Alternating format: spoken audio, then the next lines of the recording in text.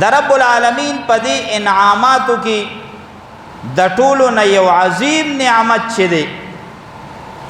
چې هغه د دې ټولو نعمتونو تکمله او مکمل کوونکی نعمت دی هغه د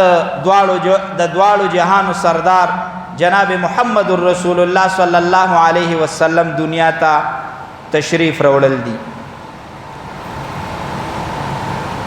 دا زمون تبلیغیان رونه وای مونږ په دې خبره د الله شکر ادا کو چې مونږه مسلمانان پیدا کو او په دې بم شکر ادا کړو چې د رسول الله صلی الله علیه وسلم په امت کې پیدا کړو دا دواړه خبرې په جبه ویل خو آسان دي خدا شاته یو لوی بیک گراوند او تاریخ لري اسلام هدایت دا د الله عظیم نعمت دی په دې بچرته خبرې وکړو خو مونږ او تاسو د رسول الله صلی الله علیه وسلم په امت کې پیدا یو هغه زمون پیغمبر دی الله پاک هغه را لېږلی دی نو د دې لوی فضایل دي خو مختصر تاسو ته بیانوم چې نبی علیہ السلام دنیا ته راتلل دا زمونږ او ستاسو دپاره څنګه یو لوی نعمت دی ما تاسو ته د دې نه مخکې یو ټکي ووی چې د نبی علیہ السلام دنیا ته راتلل دا نعمت د باقی ټولو نعمتونو تتمه ده د هغې تکمیل دی او د هغې مکمل کول دي یعنی په دې باندې باقی نعمتونه مکمل شوي دي تاسو ګورئ څومره نعمتونه چې الله پاک مونږ له راکړي دي د هغې دوه اړخه دي او دوه فایدې دي یو دنیاوي فایده ده یو اخروي فایده ده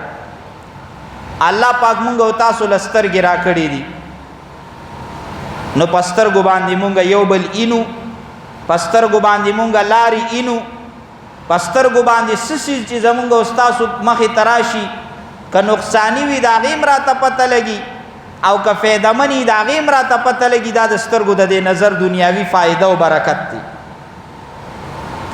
همدغه شان غوږونه الله پاک مونږ او تاسو له راکړي دي اورېدل کوو د یو بل خبرې اورو د چا سوال جواب اورو د مړي ژوندي نه خبرې کو هلکه پلاني ځای کې دا چلو شو نو دا د دې دنیاوي عظیمه فایده ده او د دې پته هغه چاته لګي چې کوم خلکه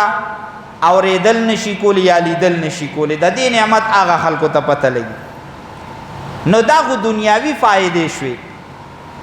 او یو د دې اخروي فایده ده چې عمده سترګې دي په دې باندې تا د قرآن مجید تلاوت وکړه دې باندې د قرآن ته وکتل ثواب دې کېږي د مور پلار یا د عالم مخ ته دې وکتل رب العالمین پې د قبول شوي حج او عمرې ثواب درکوي یا دغه شان یو نیک ځای ته دې وکتل کعبې مبارکې ته دې وکتل د هغې په کتو هم انسان ته ثواب ملاویږي یو یتیم ماشوم ته دې د رحمت په نظر وکتل په هغې هم تا ته ثواب ملاویږي دا یې هغه اخروي فایده ده دغه شان د غوږونو فایده په دې باندې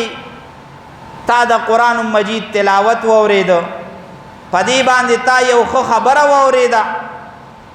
په دې د قرآن اصول واورېدل د قرآن ترجمه او تفسیر دې پې واورېده نو دې باندې ستا دپاره اخروي فایده ده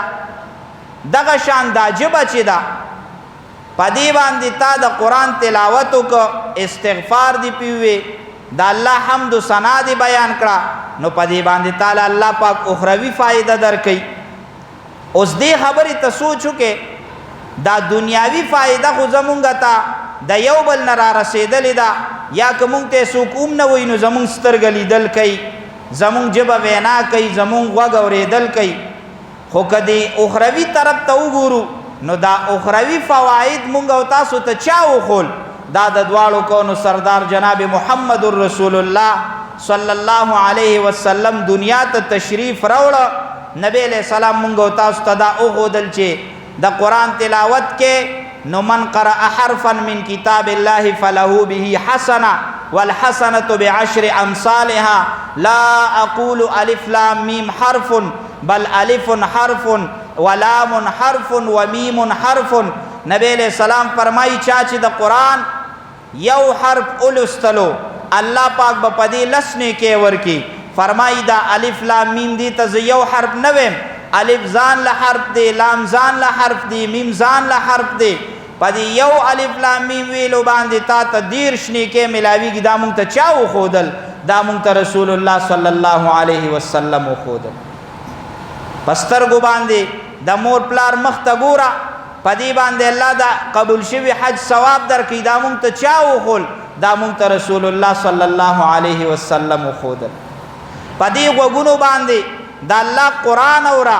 پدی غوګونو باندې نیکی خبرې اورا پاغي بتا تا آخرت کې اجر ملاويږي دا مونږ ته چا خولي دا مونږ ته رسول الله صلی الله علیه وسلم خولي نو نعمتونه ډیر زیات دي خدا غټولو نعمتونو په خپل ځای باندې په خپل طریقه را وستل چي دي دا مونږ ته نبی له سلام خودلې دي نو هغه نعمتونه که مکمل شوي دي او اصلي فائدت مونږ ته را رسېدلې ده نو هغه د نبی علیه السلام دنیا ته د راتلو د وجې نه راغلې ده نو دا عظیم نعمت دی چې نبی علیه السلام دنیا ته تشریف راوړی دی